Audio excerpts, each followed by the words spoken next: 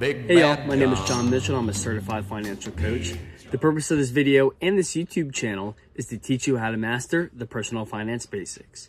In today's YouTube video, we're going to be discussing how much dividend income my $47,000 portfolio made for the year of 2025. I can't believe it's already been 1 year of tracking my dividend portfolio. I've had a lot of fun doing it and a lot of fun showing it.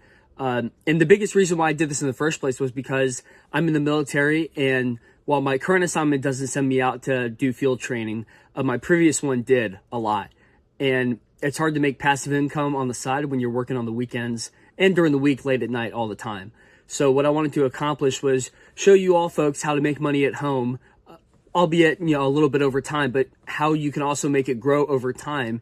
And as you continue to invest in your portfolios, you'll be able to make yourself a lot of passive income in the future. Jumping into the portfolio tracker. So quick overview, we have the overview sheet here for 2025, which sneak peek 2026 is just above that. We'll get into that at the beginning of next month.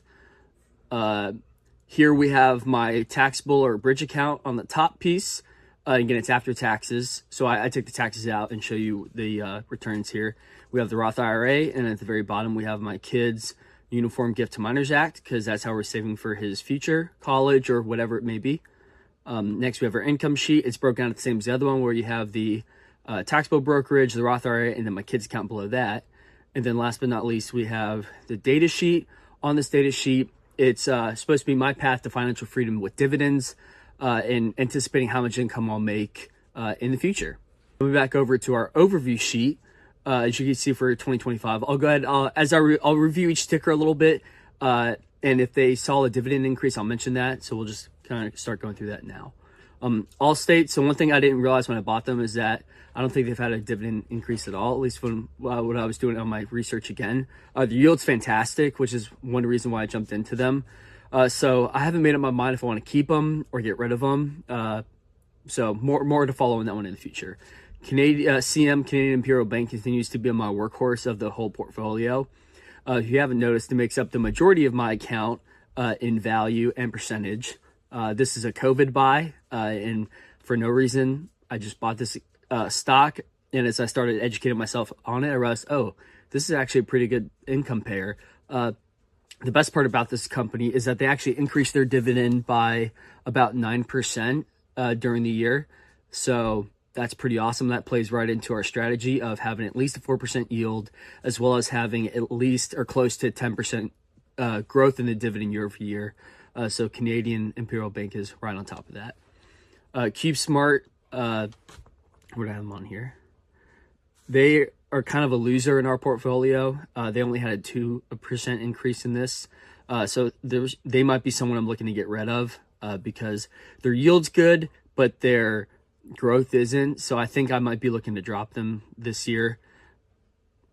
I don't think FR did anything. MMA was a 1% increase, so they probably will also be cut this year. MPLX is fantastic. Again, they're MLP, which is like a REIT. MLP is a master limited partnership, and their yield is fantastic, and their growth was about 11.8%. So they are really shooting to the moon. Again, keep an eye on them because they are considered a very risky stock investment because it's an MLP. So just be careful with that and do a little bit of research on MLPs so you're more aware of what's going on. O continues to be a just weird wild card for me, because I know their monthly growth isn't great. Really, their dividend history is consistent, which is great, but the growth really isn't there. I think I'm going to keep them though, because I love the monthly payment I get from them, and I love seeing it increase over time. So I think because they compound, I guess 3 times as much, because most companies pay 4 dividends a year, they pay 12, so 3 times as much. I think I'll continue to keep them into the future. The rest, PLD, QSR, they did not post any dividend changes for the year, but they're just kind of running strong. SCHD, I think I forgot what their gain was, so I'll have to go back and get that one. We sold 3 companies. So I know I showed Truist and Amazon. We also sold NVIDIA for the year and made some good capital gains on that. In total, it's about 1,000 in capital gains, which I invested back into the dividend portfolio, so that was pretty cool. For the year of 2025, our taxable account ended at $24,859 with a dividend yield of 5.146%. as a cost basis yield. So again, that's based off of what I bought the stocks at and what they're yielding now. If I bought all the stocks today, that's the second yield column. Is if you bought everything I have right now, same values today, that's what you would be yielding. An income, or the income we expect to receive a year from today, is $899, which is pretty cool. And then the income we saw for the total year was $465. We'll break that out more in the next section. Last but not least, Roth IRA here. ADP was crushing it. They saw not like a 9.8% increase. We already talked Allstate. EOG was 11%. I don't think FBIZ posted yet. KR, Kroger was 9%. I think just under 9%. Lowe's was low. They're 4.3. So they're someone who wouldn't quite meet that. They don't have the yield, and then they also don't have the growth. So there's someone we might get rid of in the future, but we'll see how I feel about that, because they're kind of a mid-tier average. So not bad, but not great. NE, I don't think had a change in stock yet. We should see that later in the year. Nextera Energy, where are you on here? Okay, they haven't increased their dividend yet. Bank of the Ozark coming through clutch. They increased their dividend by 9%, and their yield is, 3.86%. So I think they're a fantastic American bank to own, with a great yield. So I'm keeping them and running them strong. Robert Half, you already know my thoughts. They saw some their stock value took a serious hit this year. So looking to kind of leave that alone and kind of look at it a little bit longer. They also haven't posted any dividend change. So they had been growing it up till now. And we'll see what they kind of do later this year. Tractor Supply, kind of like Lowe's, they're low on what they're doing. I don't think they've announced a dividend change yet for the year. So we'll follow them later on into January, February, and March. X-Ray, they're totally, they got to be a sell, because they haven't increased their dividend in 2 years. And their yield looks fantastic, especially now when their stock price is bad again. So the yield looks even better than that. I think they're going to be a sell for me by the end of January. So our total for the Roth IRA, our current value was $22,727. Our cost basis yield is 3.848% for the year, with the yield, if you bought everything today, at 4.113. It's skewed by Robert Half and X-Ray. They really messed me up at the end of the year here for my numbers, but that's what it was. Our anticipated income a year from now is $583.45, with an actual income of $520.23. Our portfolio total value was $47,587.28 for the year, with a cost basis yield of 4.714%. And if you bought all the stocks I had today with the same values, you get 4.642%, with an estimated income year to date, or a year from now, of $1,483.05. And then our total income received was $11,065.55. Again, we'll discuss that more in a minute. For the kids portfolio, we sold all shares. I didn't show the upgrade. I bought more stocks from them that were different, but his income for the year was like $5. So we're working on his little dividend portfolio. It's been a lot of fun. If you have not already, like and subscribe to this video, as it helps me see what content you all like and want to see in the future. Coming over to our income sheet, we can see all our data here for 2025. For December, we got a few paychecks. We got of course, $7.98, again, growing a little bit strong. PLD was $13.75, and then we got $9 in FZFXX. That's the standard, I think, bond account.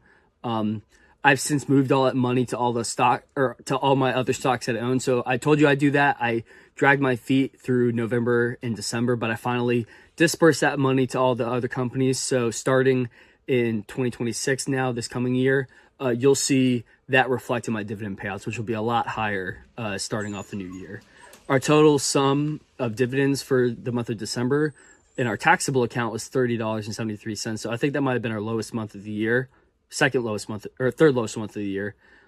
And then our total dividends, like I said earlier, was $745.32. Our best dividend payer being, yeah, that's what I thought, MPLX. Again, their yield's absurd and their growth is great. They can afford to do so because they're an MLP and they're special. Again, do your research on those, but just know that they have some increased tax risks. I'll do a whole video on just what an MLP is. And actually, I'll do that for REITs too in the future. So stay tuned for those. Jumping down to the Roth IRA, our we got more paychecks here, which is great. FBiz was 852. Kroger was 1134. Knee was 1221. Robert Half was 1525. And then Tractor Supply was 747. With the like savings account equivalent in the account doing 1358. Again, I dispersed all those funds out to the stocks. You'll see they're reflected starting in January. Our total dividends for the month of December were $68.37. And then our total dividends for the year of 2025 were $520.23. Our total income for the month of December was $99.10. And then our total income for the year for both portfolios was $1,165.55. Last but not least, for the kiddo, like I said, his annual income was $5.29. I have since reallocated all his money, so we're going to start to see new paychecks for him in 2026, but you'll have to come back in January. Last but not least, jump into the data sheet. We can see here in 2025, our total account value, our yield, which we already said, which is on the front of the sheet. Our average monthly dividend was $97.13. So we're almost at that $100 mark every month, which is great. Our annual income to beat the dead horse again was $1165.55. The 10% growth isn't the actual growth. What I'm hoping to accomplish is by the end of 2026, I'll have a newer, higher yield here. Again, you can already kind of see the yield started to update already, but I'll have a newer, higher yield, which will help me find out what my actual growth was once you do the math and find the percentage growth. So I can start to get an actual or track actual growth on time, and then I can get a more accurate picture of where my portfolio is growing in the future. Last but not least, last touch to kind of close out the year, I learned a lot about the Google Finance features that you can add into Sheets. So if we give a sneak peek into January, let me show you how to add one of the Google Finance formulas real quick. So we can have stock prices update in real time, which I have now, which has saved me a lot of time. And you can see that up here in the formula bar. So all you need to do to add stock prices into your Excel sheet for your tracking your stock portfolio is type in the equal sign there. So equals first, and then type in Google Finance. It should pop up the formula bar for that automatically. The B5 is specific to the stock ticker. So if you want, you can type in a ticker, but there's a chance that you may not have the right one. So Allstate primary shares I is a great example. In my who would I use? Wow. In Fidelity, it comes up as ALLPRI, but Google Finance doesn't recognize that. It recognizes ALL-I. So that's something you need to do. You could find out if you're different on, if the tickers are different on Google Finance itself, which is how I found that they were different.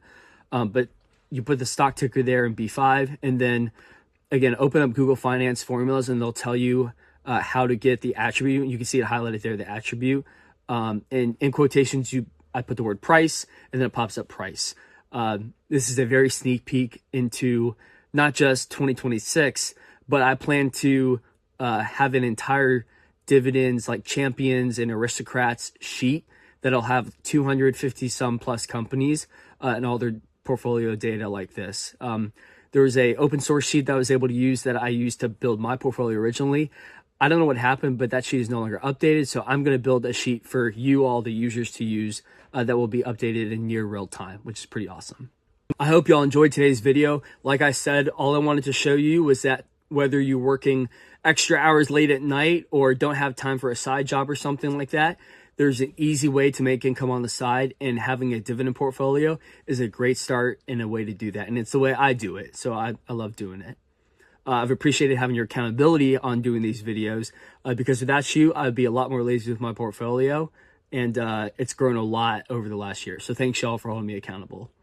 If you're looking for a financial coach to help you learn more about dividend portfolios or just having a stock portfolio in the first place, sign up for a free appointment today with link in the description or in the comment section down below, and we can get you started on success in 2026. I love each and every one of you, and I'll see y'all in the next video.